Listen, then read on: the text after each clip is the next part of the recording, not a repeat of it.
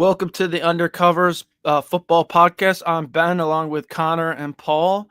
And as you can see in Connor's little name bubble, playoff mode is officially activated. I hope just everyone had a Merry Christmas and a Happy New Year. They're able to, spend some great time with their family. That's why we took a little bit of a break, also because the Bills pretty much already had everything meaningful locked up anyway, so there really wasn't a lot to talk about other than,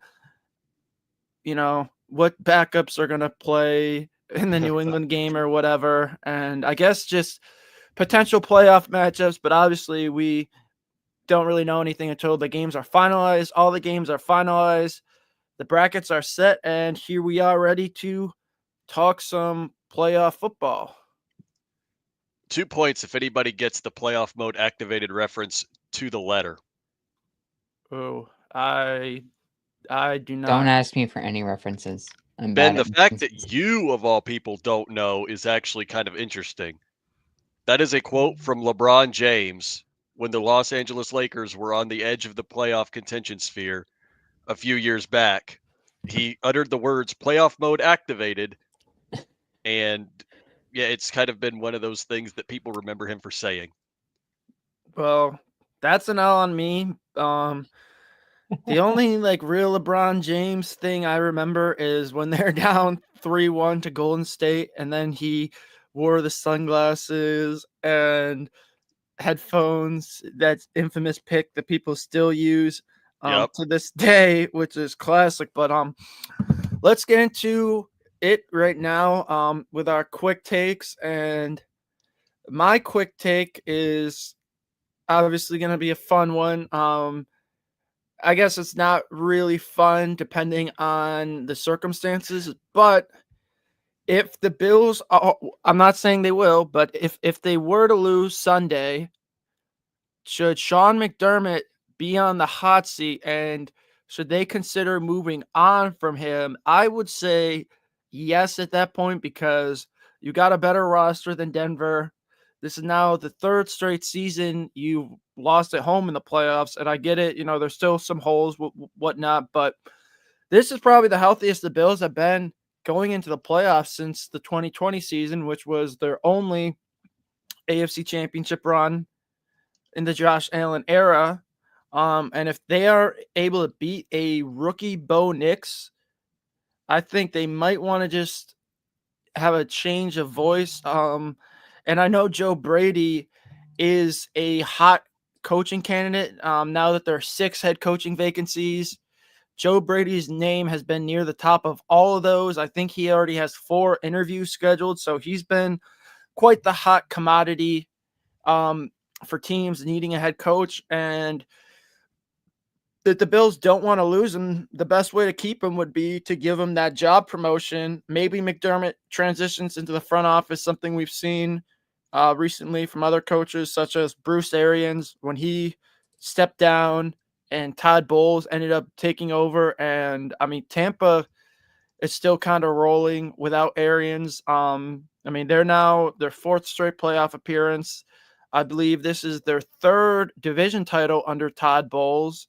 So, yeah, they haven't had the best record, but they're still able to win their division. And I think even with Joe Brady, there's enough talent on the Bills roster where they should win the division. They may not have the regular season success, but to me, this really just relies on in the playoffs, just maybe taking a little different approach on some things. Maybe Brady has some new ideas. And I think also part of the Bills' downfall is their defensive philosophy. And yes, I know Bobby Babbitt is calling the plays, but I don't really think his style is that different than McDermott. I think McDermott still has a final say so. So my idea is to now this is if the Bills were to lose in the first round, possibly second round, but second round, I still think they'll probably keep McDermott. But if they lose in the first round, I think they should have some serious discussions on just promoting Joe Brady. And there's some solid defensive coordinator options available, including Robert Saleh, but one who's actually shown that he can kind of shut down this Kansas City offense and have some type of game plan for Mahomes was just made available, formerly of the Cincinnati Bengals, and Lou Anarumo. And I think the Bengals' biggest downfall on defense was they just lost a lot of talent on that defense, including Jesse Bates.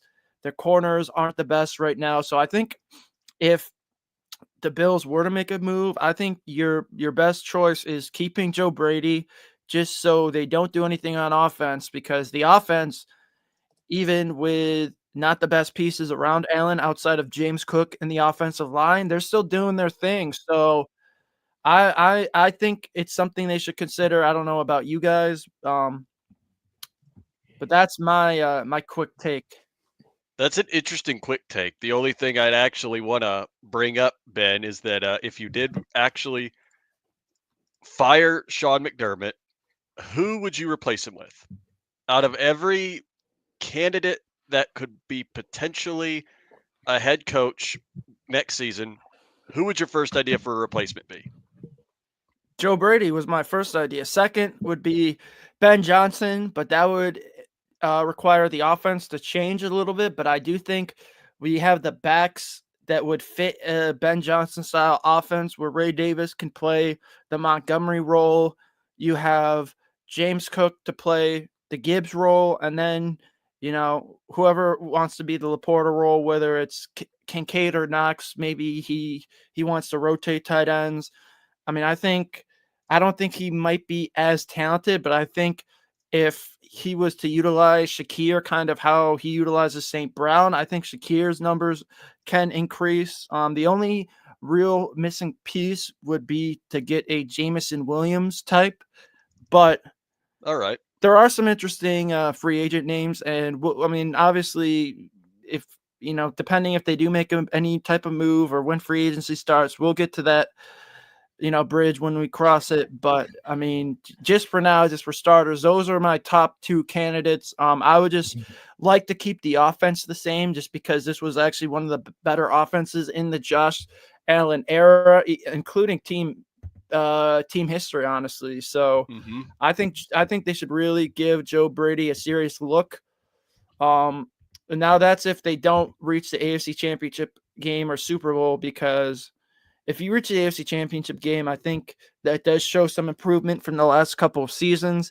Then you would just have to, I think Bean would just have to go out and really make it a point of emphasis to fix the defense, because that's what I'm assuming would be the ultimate downfall. And that's typically the Bills' downfall. But we do have a decent amount of draft capital. This is supposed to be a stronger defensive draft class. So I think anything, even with a divisional loss, I would consider it, but I don't know if Terry Pegula would consider it with a divisional loss. But it would be 3 straight years losing at home in the divisional round, which I think is a bit of a red flag to me.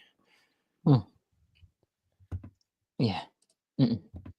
Oh, I mean, yeah, you're not wrong whatsoever, but I'm definitely on board the don't fire McDermott, whatever happens train. But I definitely like hearing the other side of it. Okay, but even if say they lose to Denver and they come out and are totally outplayed and it looks like they aren't prepared to play, are you still keeping McDermott? I'm questioning the idea, but I Okay. will not say off the top fire him, because I am not someone that will willingly say immediately fire a coach. I have only ever made one exception in my entire life, and it isn't even related to football. It was related to basketball. It was Indiana Fever coach Christy Sides. She should have been fired a long time before she was, but that's not the point. That's the only time I've ever advocated for a coach being fired very quickly. So just before we move on to our other quick take, because I just saw this pop up on my Twitter feed. Speaking of LeBron, he had a crazy windmill dunk. You guys might want to check it out, either now or later. But let's get into your quick take, Connor. All right. Is it it's the same one, right? Let's see. I got it. It would be the one that I was is originally going to do. Yeah. So with the bracket all set, with all the teams in set in place, it could turn into an interesting weekend filled possibly with upsets. So Connor, which team do you think has the biggest chance to be upset this weekend? That's a good one. That's a really good one because there's a lot of really interesting options, but I feel like the one that everybody in these circles is talking about, I feel like if you're going to see an upset, you're going to probably see one of 3 potential upsets, but there's one that I think not many people are actually really talking about. Now, you guys correct me if I'm wrong. Haven't been on Twitter in a couple of days. The Packers upsetting the Eagles Mhm. seems like a very interesting take. And I feel like if the Packers can control the ground game with Josh Jacobs and keep the Eagles offense off the field, keep Saquon Barkley off the field as long as possible, I feel like the Packers actually might stand a nice chance to upset Philadelphia and move on to the second round.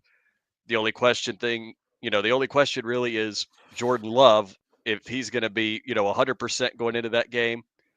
If I know Christian Watson, I think he's probably already going to be ruled out. I haven't seen anything regarding him lately, but I know the injury in week 18 was definitely not pretty. So I'm assuming that he's going to probably be out for this game, which definitely doesn't help Green Who, Bay's pass Christian attack. Watson? Yeah, Christian Watson. I think he didn't he tear his Yeah, he ACL, if tore I'm not his ACL, mistaken. so he's Oh, out. it was the ACL? Okay, then yeah, he's definitely out. Like 100% Now out. the big question is on Jalen Hurts' availability because he still has not cleared concussion Mhm. protocol. Mm-hmm.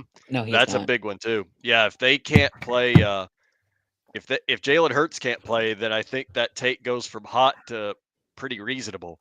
So let's just say hypothetically he doesn't play. This take doesn't really, you know, it doesn't stay as hot. It just goes back to a more reasonable style of take.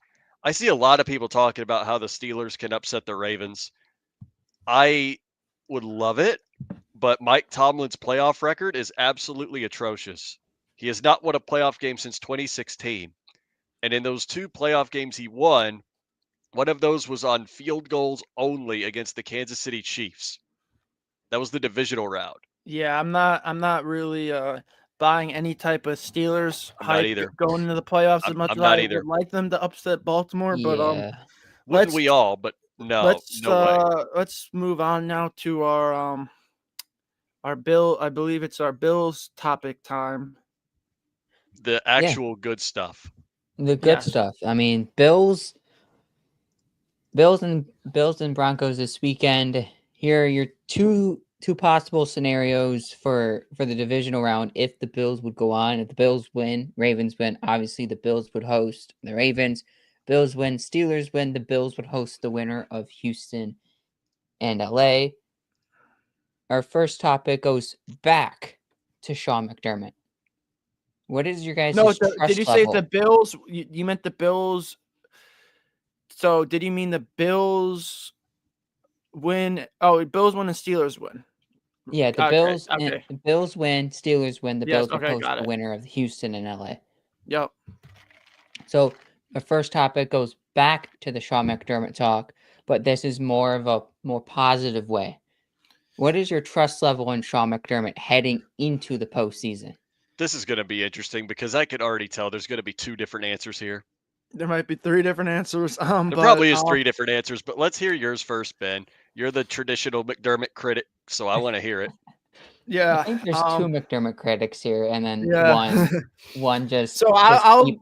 I'll just go off of the last 4-5 years in Buffalo with Sean McDermott. Obviously Josh Allen's first year, we blew that big lead, or first playoff appearance, we blew that big lead in Houston. Then obviously you have 13 seconds. Last year's divisional round, which I think more or less was on some players not making key plays at the right time and defensive injuries. But then you go back to the Cincinnati game where the team just pretty much did not show up from the get-go. You had Matt Milano saying after the game they had no energy going into the game, during the week of practice. So I lean on the side of cautious but hopefully optimistic because the team is still, I think this looks like a different Bills team, but you still have Baltimore led by a two-headed monster, potentially three-headed monster, depending on how Keaton Mitchell is utilized out of the backfield. That's been one of the Bills' biggest Achilles heel all season is stopping the run. They've shown signs of improving in that department recently, but until they show they can do it against Derrick Henry, I'm still going to be a little nervous about that. And then number two, if they are able to get past the division round and they meet Kansas City, McDermott has still yet to beat the Chiefs when it actually matters. So he has to prove that he can do that for me to really feel confident in him. I would say I'm more confident than I normally am in him, but I am also a little bit nervous just because of what he has shown in the past. I don't disagree. I don't disagree either. Here's my thing. I feel like this is probably the most confident I felt in McDermott heading into the postseason because one, we have the healthiest team since probably the 2021 season. I mean, even though it's annoying that he takes this conservative approach in the regular season to rest players and to make sure they're fully healthy before returning back to the field, it's what is that those are the decisions that are correct by Sean McDermott. And it's a reason why the Bills have the healthiest team heading into the postseason since the 2021 season, because he takes that approach with injuries. And aside of that, he has Josh Allen, who just looked like a complete MVP level quarterback all year from the start of the season to the end of the season. But really, he's just looked confident all season in every decision he is making, whether it's, challenging, whether it's his coaching decisions. He had a few coaching blunders throughout the season. Every coach gets one or two of those a season. But besides that, Sean McDermott has been consistently good this season from, coaching all the way down to the even small little management parts of his job of resting players and calling people up when he needs to, switching when the safeties went down. When we had one standing safety left, he made the right decisions, with Cam Lewis and Cole Bishop to really organize that defense so it was good enough to beat the Detroit Lions, who would go on to be the 1 seed in the NFC. So I'm confident in Sean McDermott, but again, back to Ben, what he said, you still have to have it in your mind of the history of what has happened when the calendar has turned from regular season to postseason.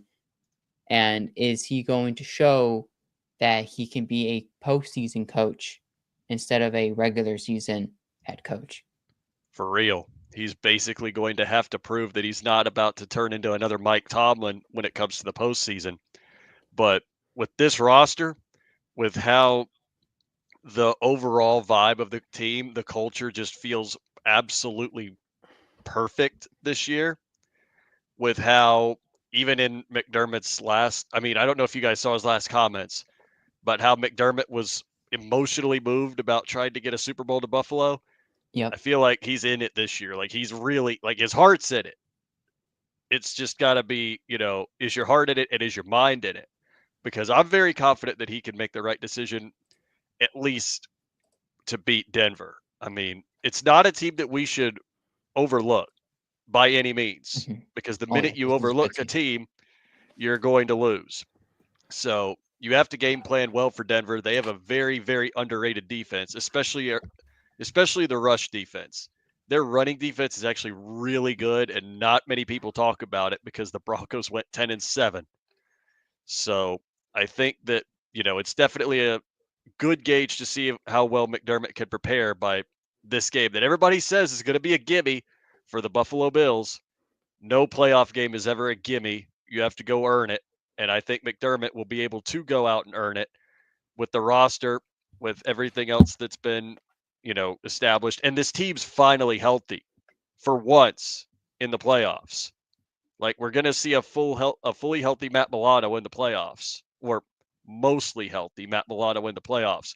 We're going to see Terrell Bernard with him in the playoffs. We're going to see Taron Johnson healthy in the playoffs. We're going to see so many healthy players in the playoffs for once that it feels like this just has to be different. Like, the vibes are right. The injuries are minimal. You're the 2 seed. Vibes are right. Go get it. Go win. Now, one thing we've talked about being an area of concern over the course of this season on the show is the Bills' defensive line. Is that good enough for them to sustain a long playoff run? And it's, we've kind of seen it be dominant at times, including the Detroit game where Ed Oliver was feasting on the Detroit O-line, which is very good. But there's other times where it's been completely bullied. And I just want to give a shout out to Eric Turner from Cover One because he's been posting some great content. But Denver likes to pull their guards a lot, and I believe it's Powers, who's their guard, has been wrecking guys. So if the Denver D line plays like it has, and the Bills D line has played like it has, that could be a recipe for disaster. Now, the edge rushers have been good at times. Rousseau has gotten a ton of pressures this season. It hasn't always led to sacks, but even Von Miller, has had 6 sacks despite missing 4 games and basically being a rotational defensive end. I would love to say AJ Epinesa has been great, but he's been a little disappointing at times. I lean no on this, unfortunately, and I think if the Bills are to go home early, it's going to be mainly because of their issues at the defensive line. On paper, they should have the talent to have a great defensive line, but we all know that Ed Oliver and Daquan Jones have been severely underperforming this season, specifically Daquan Jones. So I think the Bills' defensive line needs massive improvement. And going into the offseason, depending on how the season ends, that should be one of Brandon Beane's number one priorities is rebuilding this defensive line. He's already successfully did that with the O-line, which, was an issue in the past. That Cincinnati playoff game severely exposed the O-line issues, and now the O-line has turned around to being one of the top units in the entire league. So if he can do what he did with the O-line on the defensive line, then the Bills are serious contenders. But right now, as currently constructed, I'm a little wary of how that defensive line has looked at times. Denver's offensive line is going to be a difficult task for the Bills' defensive line because of how good that offensive line is. They have 5 offensive linemen, the top 5 in interior offensive line and interior offensive line win rates and win rates and win rates in the pass blocking and run blocking. From the interior offensive line to the exterior offensive line, it's just really good. It's really good, just flat out really good. Broncos rank first in pass block win rate and run block win rate. So if there's a area for these for the Broncos media, for the Broncos fans at home watching this game where they're hoping for a 7-2 upset, that's where it's going to be. The upset's going to happen. It's going to be if can the Bills get through that stone wall of an offensive line of Denver. If not, Bo Nix would probably sit there the entire game with very little pressure and just throw dots. And that would just turn into a Josh Allen Bo Nix shootout 1 o'clock on CBS on Sunday. So the Bills D line, I'm nervous, but I think they've shown enough to me to feel somewhat confident in them heading into this postseason. Like, even they haven't been consistent, they've shown that they've been able to get through some of these tough offensive lines and just generate pressure. Mm-hmm. And I think this is a game where you might not need to sack Bo Nix 6 times to win the football game. You might just need to pressure him 6, 7, 8 times to get inside his head.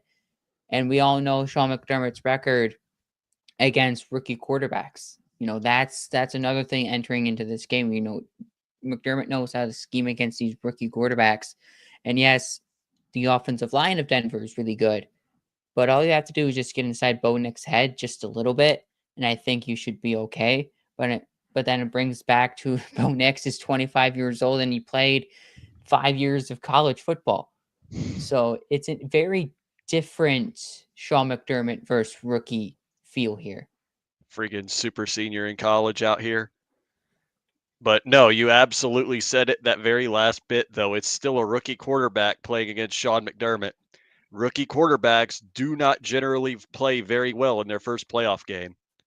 Look at what happened with Lamar Jackson when he was a rookie in his first playoff game.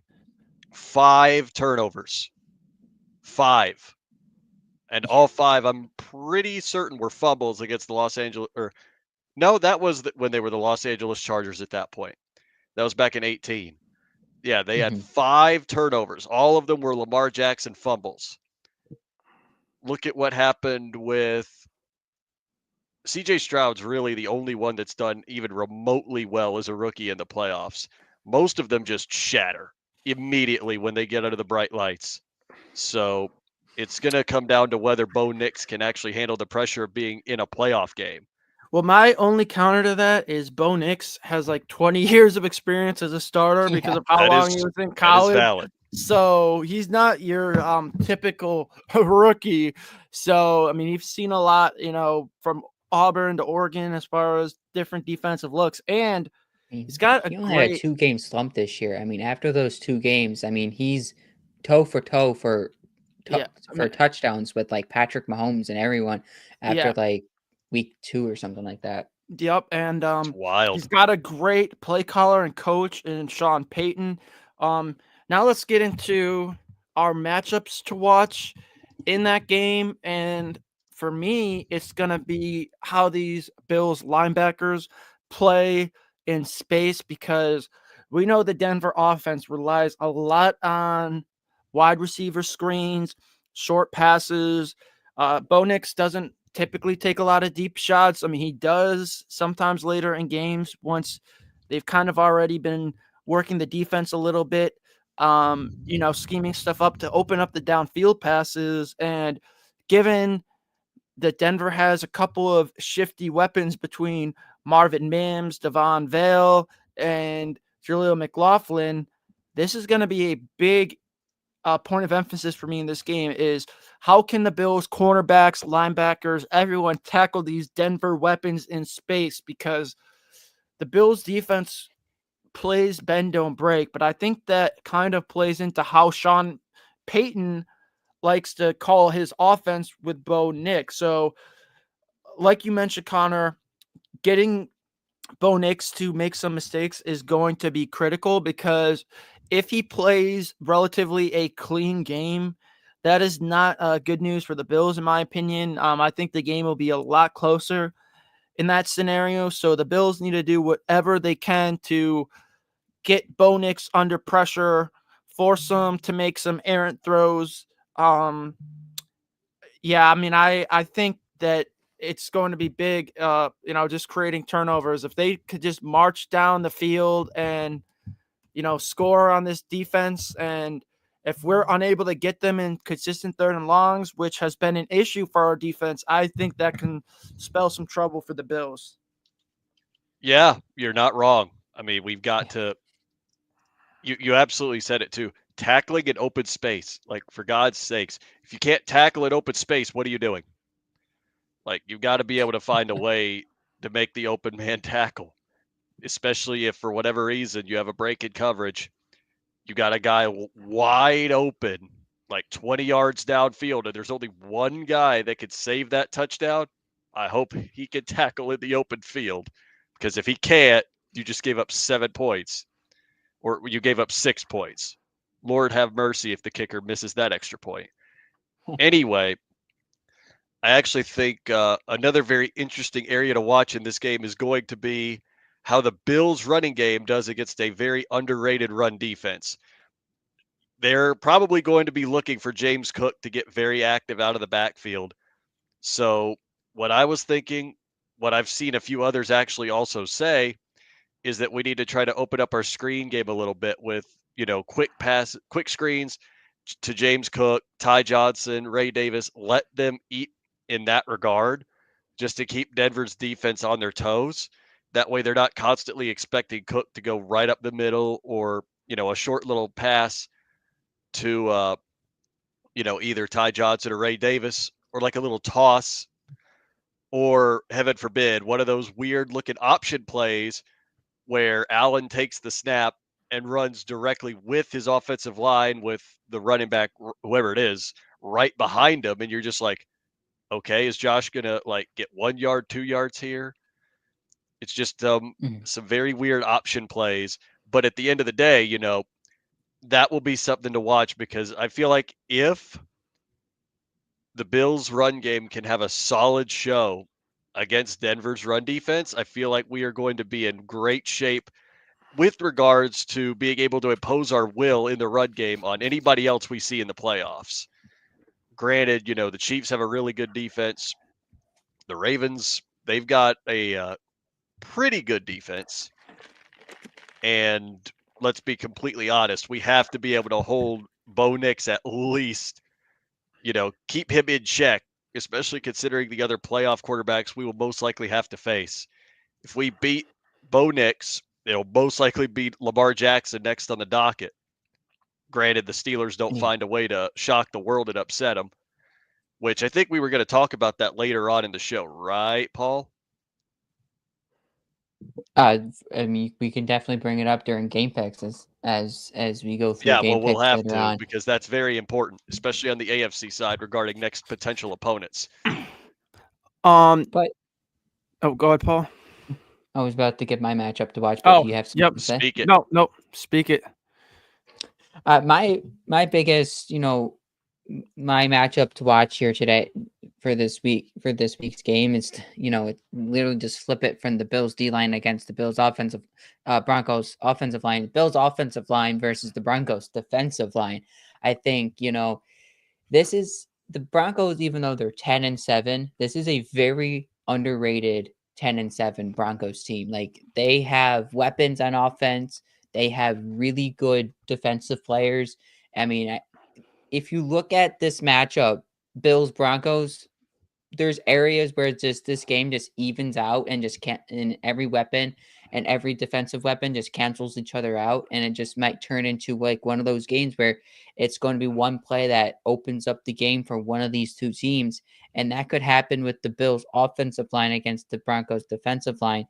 How the Broncos generate pressure. They have 20, I believe the number is 26 sacks this season. Denver's defense has.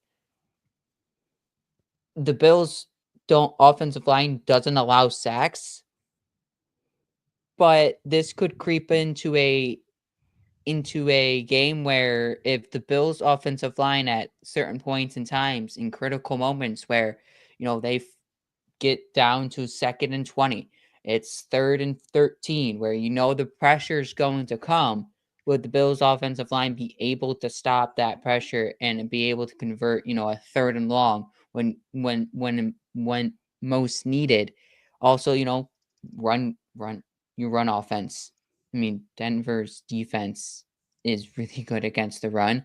And if you can't open up the run game, that means it turns into a pass-heavy offense, which we all kind of know if it turns into a pass-heavy offense, the game's probably going to end up being really close, and it's going to come down to one massive decision, coaching decision, turnover or something at the end of this game. So it's experience against inexperience, but really it's kind of experience versus experience. No, you said it. I mean, especially the experienced against experience. Sean Payton on that other side, that man has won a Super Bowl. Keep that in mind. Yeah, and just to touch on the Broncos D-line, shout out to Nick Bonito. He has been absolutely balling this year for the Broncos, making plays all over the field. He has a freaking pick six, multiple sacks. John Franklin Myers and Zach Allen have been very good as well, which leads into our next point. Speaking of kind of matchups, who is your X factor for the Bills this game? With mine, you guys might like. I've been critical of him on the timeline and in the group chat, but I think in order for the Bills to go on a big run, we're gonna need Dalton Kincaid to be what he was drafted to be, especially when Denver has good corners, with obviously the best cornerback in football. So no matter what, we expect one side of the field to be completely shut down, from Patrick Surtain. So it's going to be up to the rest of the Bills' weapons, but specifically Dalton Kincaid. I believe he had a touchdown in last year's matchup against Denver. I'm almost 100% positive. In fact, I think he did. So he's going to possibly need to get on the scoreboard. He's going to have to make some big catches, which we know he's capable of. He just hasn't necessarily done it this season. What about you guys for your X factors? Want me to go, or you want to go, Connor? You got this one, Paul, for right now. I got to think. All right. I'm kind of going to go back to Connor's point where when he was talking about screen passes, who we normally like to use in screen passes? Ty Johnson. I mean, he was important against that in the last year's game against Pittsburgh in the wild card round. I mean, you can also go back to the Jets game to end the season last year. Big games where that defensive line is really good at the opposite side. Ty Johnson is that perfect gadget guy where you can start opening up your pass game if it's not working. I think there's going to be a certain point in time in this game, whether it's early on in the first quarter or most of the first half, where like we're going to be sitting here is like, why can't the Bills move the football down the field? It's, well, maybe we all know that the Bills wide receivers struggle with getting separation. So how do you kind of open that up just a little bit is using Ty Johnson. I think he's going to have an important impact probably in the first half of this game. When the game starts to open up a little bit, you will start probably seeing the Bills' offensive weapons, normal names of Cook, Shakir, Kincaid, possibly at some points, be the important pieces for the rest of the game. But at the beginning portion of this game, I think Ty Johnson is going to have an important role to open up the Bills' offense just a little bit. All right. Yeah, I like it. I absolutely like it. Thank you for actually giving me credit for an idea for once. Paul, you know what I'm talking about.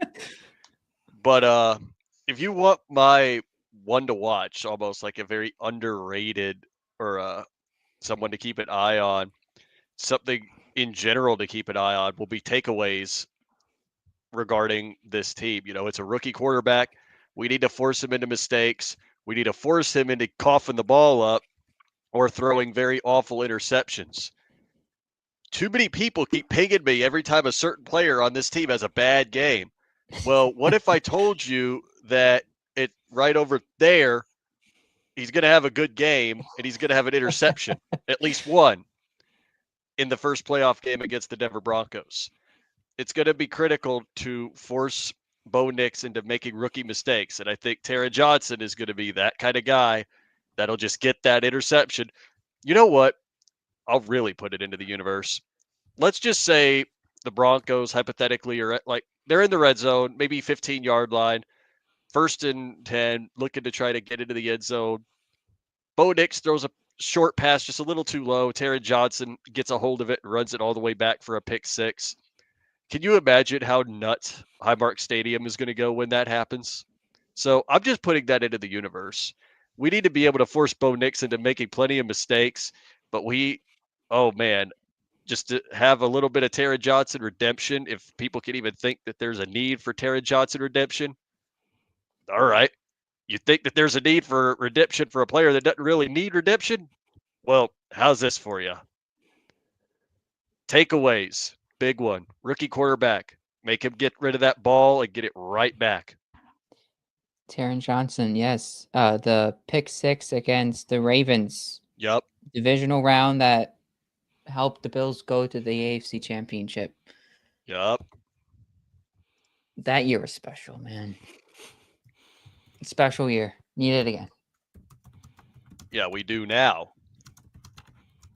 But let's go ahead and move on to our next point of discussion. That was, I believe, our game picks. Yeah, I was going to say, was game that the picks? game pick? Oh, this is the good one right here. Let's right. I see how we have the show set up, but because they are coming up this weekend starting Thursday, let's actually start with college first. Because those games we'll start there. Are coming up. So let's do our playoff picks for the semifinal. All right. The one on Thursday is Penn State and Notre Dame in the Orange Bowl. Penn State getting the free pass of probably the easiest way to get to the semifinal. And then there's Notre Dame that had to beat Georgia and Indiana to get to the semifinal. I think Notre Dame is the team that could win it all here. But what do you guys think? Yeah, as good as Penn State's been playing, like you mentioned, they kind of had an easier road. And I mean, Boise State just needed a couple less mistakes in that matchup for it to be a completely different ball game. But I just think on paper, they didn't have the trenches to compete with Penn State. Now, on the flip side, we saw what Notre Dame was able to do against a Georgia team, which is just bully teams in the SEC for years in the trenches. And we know how James Franklin has done versus top 10 teams in ranked matchups. Yes, he's done better as of late, possibly because they've been playing easier teams in SMU and Boise State. But after watching Marcus Freeman put a clinic up versus Kirby Smart, give me the Irish, because I think that defense can shut down the Penn State offense, and I just can't say I trust Penn State in a big game. Oh, my. Man, you guys got me there, because all of you know how much I do not like college football when Florida State is really bad. Like, I am the most casual college fan you will ever see, and that's literally because I just watch it for draft prospects for the NFL. That's it. Speak of that one, Ashton Jeanty has declared for the NFL draft. I think that'll be a very interesting. I think he'll be interesting depending on where he lands.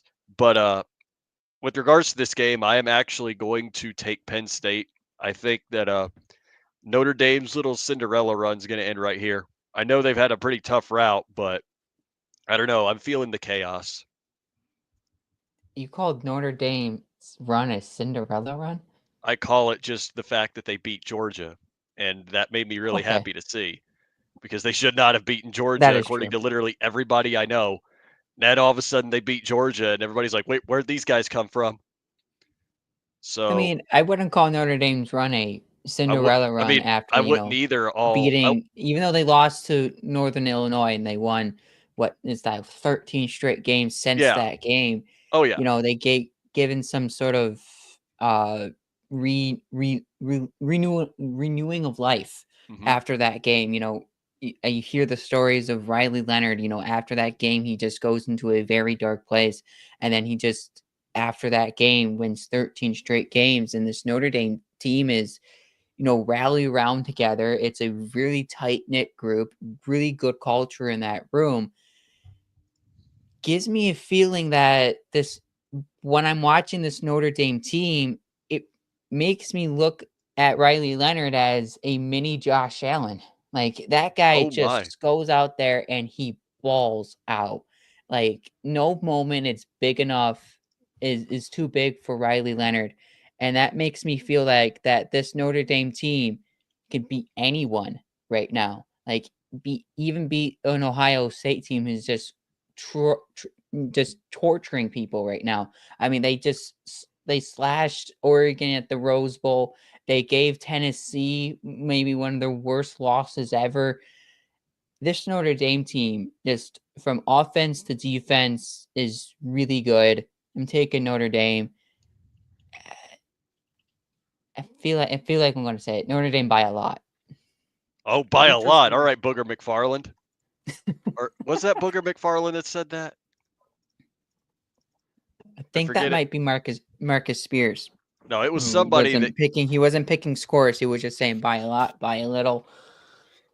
No, it was an actual prediction on Monday Night Football a few years back. I think it was Booger McFarland. It might be Booger McFarland by a lot. He did Monday Night Football before.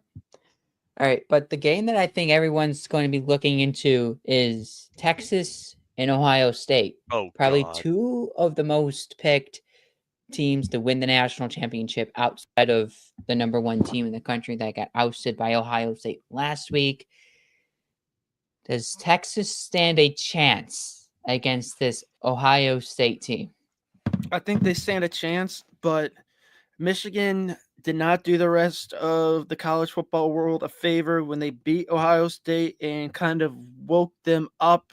They woke up a sleeping giant. The defense has playmakers throughout between Tyreek Williams, Caleb Downs, and the edge rusher, his name slips my mind, Jack Sawyer. Thank you. Jack Sawyer. They have playmakers on defense, playmakers all over the offense between Jeremiah Smith, Emeka Egbuka, Judkins, and Henderson. I just think there's too much talent on this Ohio State team. And on the flip side, I think Texas has been playing teams a little too close, and I'm not sure if they can get away with it against Notre Dame. Or, sorry, not Notre Dame, Ohio State. So that's my championship pick, Ohio State versus Notre Dame. Interesting. Right. Yeah, I have to actually agree with every single point been made, especially after watching Texas play it that close to ASU. Like, you were up 17. You went to overtime. And if I remember correctly, you went to 2 overtimes. Yeah, went to double overtime. Like, and you think you could go in there and beat Ohio State, who absolutely clobbered Oregon, like, by 20 points? No way. Ohio State's going to run away with the game. Texas, even though they're my national championship pick, and they're still standing to this day, and I'm sitting here and I'm like, okay, this Ohio State team, my freaking national championship pick got completely incinerated by Ohio State. It wasn't even close. Oh man! Am I allowed to pick against my national championship pick and just say go Perhaps for Ohio State here? But there's a part of me that seems that Texas could do it. There's just this part of me that says, even though Texas, they were up big in both of their games and they allowed both teams to kind of sit back and allow them to get back into both of these football games to make it close. But at the end of the day, Texas pulled out. Like, they pulled out against Clemson. They restored and they came through. They had to play double overtime against Arizona State. They made plays when they had to make plays, but I don't know if they're going to make enough plays to beat Ohio State. But I'm going to go Texas just for the sole fact that they're my national championship pick, and I'm not going to go against it. Well, all right. That is a very unfortunate 2-1 there for you there, Paul. But moving on.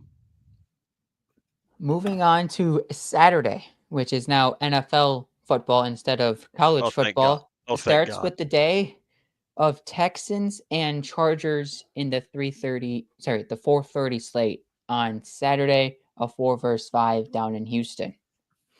Yeah, give me the Chargers. I mean, the Texans looked very strong, had a promising start to the year, but their offense is just not the same with injuries to Stephon Diggs and Tank Dell. I think the Chargers are peaking at the right time, and I just think they have a better coach. Mm-hmm. Absolutely, and that's the exact same reason why I'm taking the Chargers. The Texans are literally the team that wins their division by default this year. And I don't think they stand a chance with all the injuries they've sustained on offense. The Chargers are going to have their way with them. So I'm taking the Chargers. Not disagreeing. I'm going Chargers as well. I mean, this Clean is not the sweep. same Chargers team that had Brandon Staley, and they allowed Trevor Lawrence to make one of the best comebacks ever. This Nah, is it's just this is a Chargers. Harbaugh-led Chargers team, and we all know the Harbaugh effect everywhere he goes. So the Chargers pull away with this one. And All right, the we'll see nightcap a on vintage Chargering at some point in the playoffs. could happen if the Steelers beat the Ravens in the nightcap on Amazon Prime on Saturday nights. They have to have this AFC North game in prime time. Do the Ravens get upset in the opening round? Don't we I all wish? say no. We all are gonna wish, but the Steelers have not won a playoff game since I believe it was 2016. If someone wants to fact check me on that, they are riding a 4-game losing streak going into the playoffs, including a complete collapse on that AFC North lead, where they basically just had to win a couple more of their games down the stretch to win their division, which they did not do. In fact, I don't trust this team, whether it's with Wilson, Fields, you name it. The defense is still going to be solid, but they relied far too much on Chris Boswell to be their entire offense in the regular season, and that's not going to win you playoff games. So give me the Ravens. Hey, now Chris Boswell for MVP if you think about it like that. But anyway, we won't go into MVP discussion. That's already got too many people riled up in both this fan base and others. Josh But Allen. it's always Josh Allen. Anyway, I seriously cannot pick the Steelers to win this game, and that's literally because Mike Tomlin's playoff record as of late has been dreadful. He has not won a playoff game since 2016, and the Ravens are going to look to beat their division rival, of course, because why not, right? Why would you not want an opportunity to beat your division rival 3 times in the same season? I'm pretty sure they swept them this year in the regular season, if I remember correctly. So that would then mean that they'd be facing them for a third time. Oh no, the Steelers beat them in week 11, right? They did So it'd be split. Yep. yeah. So they beat That the was the Steelers Chris beat them in week 11. Boswell. That was the Chris Boswell field goal game. Just Right, that was the get in the field goal field goal game. range and let All right. Chris Boswell do the job. So out here, That's not hoping, happening. no, it's definitely not. I'm Yeah, taking the you can't Ravens. do that in the playoffs. You have to put Nope. it in the end zone. And Mhm. especially not on the road, not at night against the Baltimore Ravens and that fan base there. It's a home field advantage completely for the Ravens. That offense really runs through Lamar Jackson, but it also runs through Derrick Henry.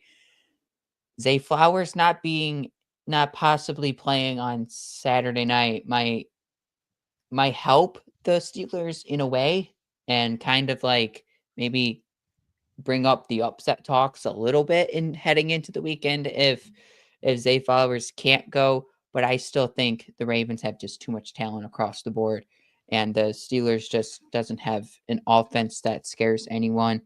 Give me Baltimore. We have 2 sweeps in a row. That means something has to happen in this Eagles and Packers game. Well, I've already discussed that one, but we'll continue on with the picks themselves. That's the next one. Eagles versus Packers. You say upsets happening here, Connor. In your quick take, at least in my game pick, I'm saying I'll give you 2 different scenarios. If Jalen Hurts cannot indeed go, I'm gonna take the Packers on the upset. But if Jalen Hurts is playing, give me the Eagles. I think they're the more complete team.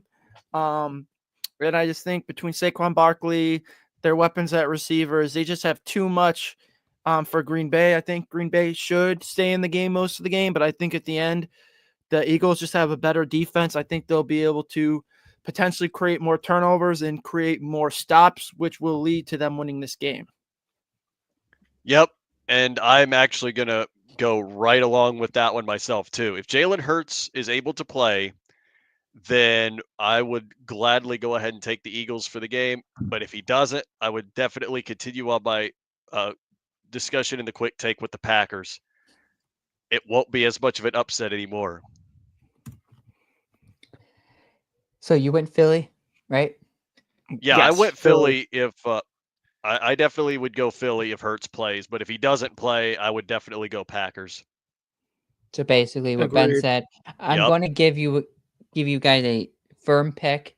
I'm taking Green Bay in the upset. I think this is 2 versus 7 upset material.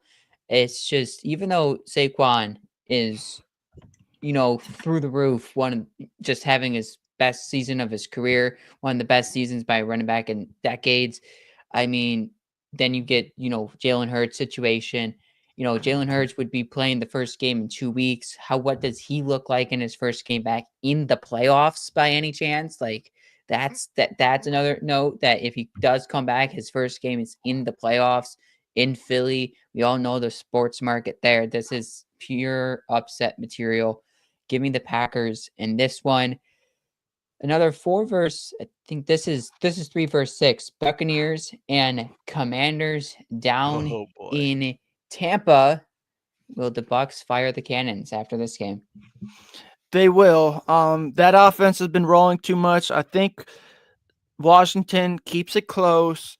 But I just think at the end, Mike Evans gonna get the upper hand in another epic Marshawn Lattimore versus Mike Evans matchup, which we've gotten a ton of when they're in the NFC South. This is their first matchup outside of the NFC South. But Bucky Wonder how Irving they feel about that. has been balling. The defense is finally starting to play better. So give me the Bucks. Yep, I am saying the exact same thing, but I'm also adding a little bit to the pick of the Buccaneers to beat the Commanders, and that's the whole rookie quarterback in the playoffs situation. Because, yeah, we talked about it earlier with Bo Nix, but Jaden Daniels is in the same exact situation, and in my opinion, has a lot less of a caliber of a head coach to kind of help guide him through that. So I think that if you're going to see a rookie quarterback, have an epic choke in the playoffs, it will be more so Jaden Daniels than it'll be Bo Nix. So I am absolutely going to go ahead and take the Buccaneers to win the game. They'll force Jaden Daniels into making plenty of mistakes. I mean, he's got to learn, and it's about adaptability once it gets to a game like that. So you live and you learn, and I think Jaden Daniels is going to do the learning. Tampa Bay, they're playing at another level entering this postseason, as you all said. I think this is an interesting matchup as you go between Baker and Daniels, but Daniels is a rookie quarterback up against, a very experienced Buccaneers team. I think the Buccaneers pull a close one against the Commanders. Whose house is it going to be in LA on Monday night? Rams' house or Vikings' house? Rams house. You got to give as much credit as can be to Sam Darnold and O'Connell on the great job. They were just one game away from being the number 1 seed, and unfortunately, even after winning 14 games this season, they will have to travel to Los Angeles to play a Rams team that outside of their week 18 matchup where they didn't really have much to play for and the rest of their starters, they won 9 of their previous 11 after starting off the season 1-4, which obviously was because of some injury issues. But we obviously saw them in LA, which was the Bills' most recent loss. The defense has been playing much better. They have weapons all over the place. And my angle for this game is O'Connell comes from the McVay tree. So you obviously know that McVay should have the upper hand in that coaching matchup. And the way to beat the Vikings is get pressure on Sam Darnold. I think the Rams have the front in order to do that between Jared Verse, Braden Fisk, Byron Young, Kobe Turner. Their secondary has been playing better as of late. I think this is just a tough matchup for Minnesota after losing that game to Detroit. I think the Rams are just the hotter team right now, and I trust them with their playoff experience more between Stafford and McVay to get the job done. Oh, absolutely. Yes, it is 100% Rams house. They are going to end the Vikings run. And it's not to say that the Vikings are a bad team. They're really not. But after what we saw on Sunday night against the Lions, I'm not confident in a team like that to go out and win a game against the Rams, who are surging at this point. So I am absolutely taking the Rams on Monday night. And Paul, go ahead. Are you going to make it another clean sweep? Yeah, we're making it another clean go. sweep here. I mean, we're in for ultimate chaos if Jalen Hurts doesn't go. I mean, if Jalen Hurts doesn't go, it would be 5 straight clean sweeps. That means we're in for crazy chaos if that's the case with our track record here. But I mean, all the points said are correct, and I think it's Matthew Stafford and it's Sam Darnold. Sam Darnold just didn't look good last week with the pressure on him against the Lions. And if that's the team they're going with entering the postseason on the road, even though LA isn't, a hostile environment, but you're still going on the road with all that pressure. Yeah, I think the Rams probably win this game comfortably. Oh yeah, it will absolutely be a very interesting game because you just wonder what the Vikings will be able to do in that situation. But that is all of the game picks. If you think about it, me and Connor, maybe for the first time ever, we're like completely aligned in all of our picks, at least for the NFL games. Yeah, for real. I like the idea of that, Ben, because we've what happened with the generated some Christmas break? Did we just feel joyful? I don't know. Perhaps. Maybe I'm just joyful at the Bills being as, this just feeling so different for the Bills. But if hypothetically, if the Steelers managed to pull off an upset against Baltimore and we would get the winner of whoever wins against LA and Houston, that would be a very nice round two. Let's just be completely honest, but I don't think it's going to happen. At the rate it's going, we're going to probably know who we're going to face by that 1:00 game on Sunday 100%. Before it even starts. Yeah. Well, obviously because we're the last. Saturday. Yep. Correct. Yeah, both like Paul mentioned, both matchups happen before the Bills play. So hopefully next week, we get to preview a Bills home playoff game, whether that's against the Texans or Chargers or the Ravens. Yeah, let's hope that, the Bills take care of business. Maybe the Steelers can take business too for us. But that should wrap up tonight's show. Mm-hmm. We'll be back next week, same place, same time. And as always, go Bills. Go Bills. Go Bills.